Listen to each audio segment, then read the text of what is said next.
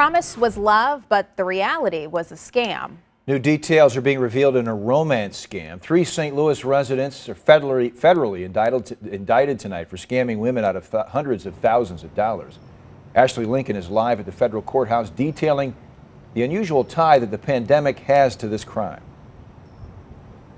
Investigators are telling us because of this pandemic, these individuals were able to prey on these women online. Now, investigators are also telling us that these men have ties to Nigeria, and once they were getting the money from the women, they were sending that money overseas.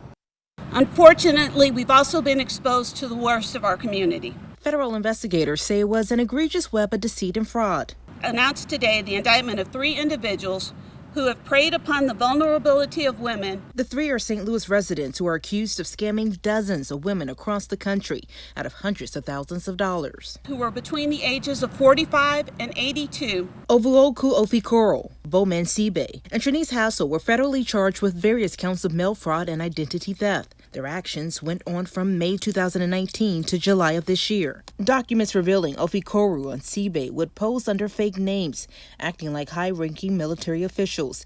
Investigators say their victims would often send them large sums of money or items in various P.O. boxes in St. Louis. In total, they've received a value of more than $500,000.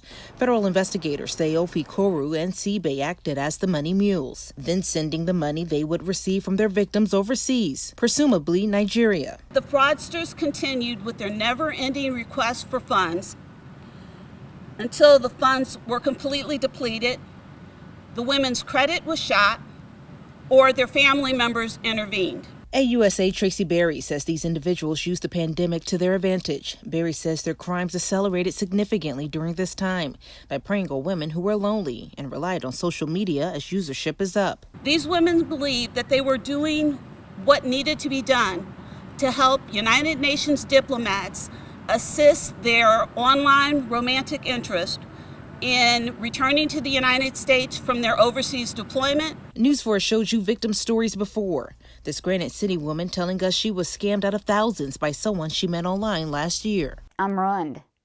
I'll probably either lose my house or file bankruptcy.